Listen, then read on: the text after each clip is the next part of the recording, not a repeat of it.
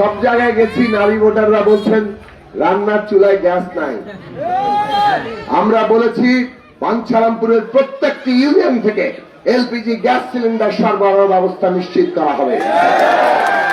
একই সাথে আগামী সরকারের কাছে আমরা দাবি তুলব যে প্রত্যেক পরিবার যাতে একটা সিলিন্ডার মাসে কম দামে পায়। দ্বিতীয় তৃতীয় যদি কিনতে হয়, কারো কারো বেশি জ্বালানি লাগে, তারা বাজার দামে কিনবে, কিন্তু একটা সবাই কম দামে পাবে। এই রেশনিং ব্যবস্থার জন্য আমরা আন্দোলন করছি, দাবি করছি। আশা করি আগামী সরকারের কাছ থেকে আমরা এটা আদায় করতে পারি। রাস্তাঘাট তো ধুলা ছাড়া আর কিছু নাই। রাস্তা ঠিক করা হবে যাতে ধুলাবালি যতটা পারা যায় কমিয়ে নিয়ে আসা।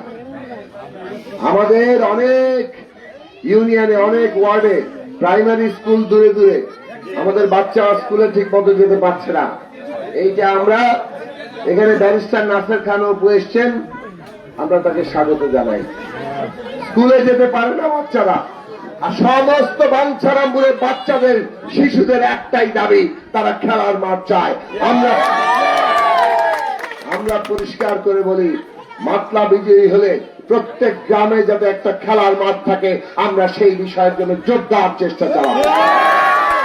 শুধু খেলার মাঠ না, খেলাধুলায় প্রত্যেককে যাতে সহায়তা করা হয়, প্রশিক্ষণ দেওয়ার ব্যবস্থা হয়, উৎসাহ দেওয়ার জায়গা থাকে।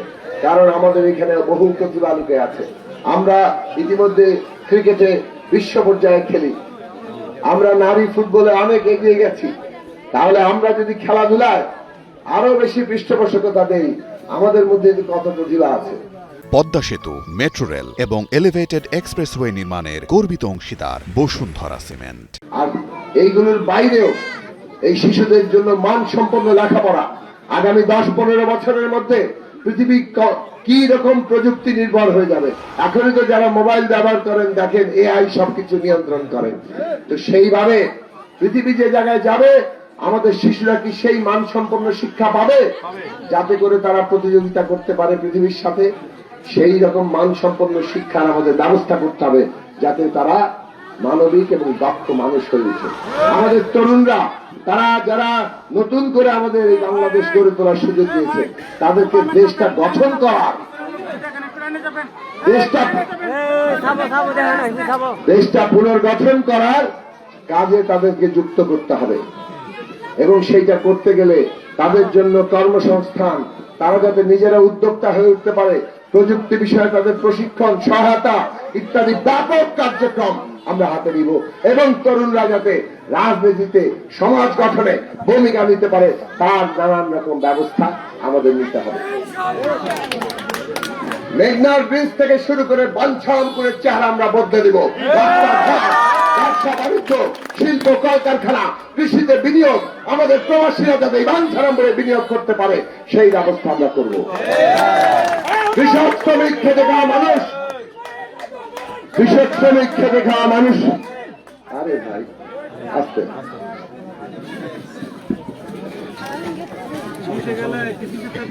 আমরা রাস্তাঘাট, কেবল বড় রাস্তা না, ভিতরের সমস্ত রাস্তা যাতে মানুষের স্বস্তি দেয় সেই ব্যবস্থা করব। যে কাঁচা রাস্তাগুলো আছে সেটা পাকা করব, যেগুলো খানাখন্দ হয়ে আছে, এই আমাদের এমপি সাহেব, খালেক সাহেবের আমল থেকে যেগুলো শুরু হয়েছিল কিন্তু দীর্ঘ সময় ধরে সংস্কারের অভাব। আর চুরি দুর্নীতি, এই চুরি দুর্নীতি এই লাগাম টেনে ধরে আমরা আমাদের মানুষের স্বস্তির জন্য রাস্তাঘাট, যোগাযোগ ব্যবস্থা কিভাবে উন্নত হবে সেই ব্যবস্থা করব। খালি উন্নতি কিন্তু খালি ব্রিজ আর রাস্তাঘাট না, আমাদের নদী, নালা, খাল, বিল, মাটি, পানি, বাতাস রক্ষা না হলে আমরা বাঁচব? তাহলে আমাদের উন্নতি মানে হচ্ছে এগুলো আমাদের রক্ষা করতে হবে। উন্নতি মানে আমাদের দেশে যারা সম্পদ তৈরি করেন, কৃষক, শ্রমিক, ক্ষেত মজুর, দিন মজুর, জেলে, তাঁতি, কামার, কুমোর, সমস্ত খেটে খাওয়া মানুষের ন্যায্য হিস্সা আদায় করা। উন্নতি মানে যারা বয়স্ক মানুষ হয়ে গেছেন, নারী পুরুষ, যারা এখন আর স্বাবলম্বী নাই, তাদের জন্য রাষ্ট্রের সুরক্ষা খাত থেকে, সামাজিক সুরক্ষা খাত থেকে নানা ব্যবস্থা গ্রহণ করা। উন্নতি মানে হচ্ছে এখন যেমন আমরা সামাজিক সুরক্ষা খাতে যে প্রস্তাব এনেছিলাম, সেখান থেকে কৃষি কার্ড, ফ্যামিলি কার্ড, ইমাম সাহেবদের জন্য বিশেষ ভাতা, অন্য ধর্মের পুরোহিতদের জন্য বিশেষ ভাতা, কৃষি ঋণ মৌকুফ সুদ সহ এইসব নানান ব্যবস্থাগুলির মধ্য দিয়ে প্রত্যেকের কাছে যাতে উন্নতি পৌঁছায়। উন্নতিকালে কতিপয় মুষ্টিমেয় লোকের উন্নতি দিয়ে দেশের উন্নতি হয় না।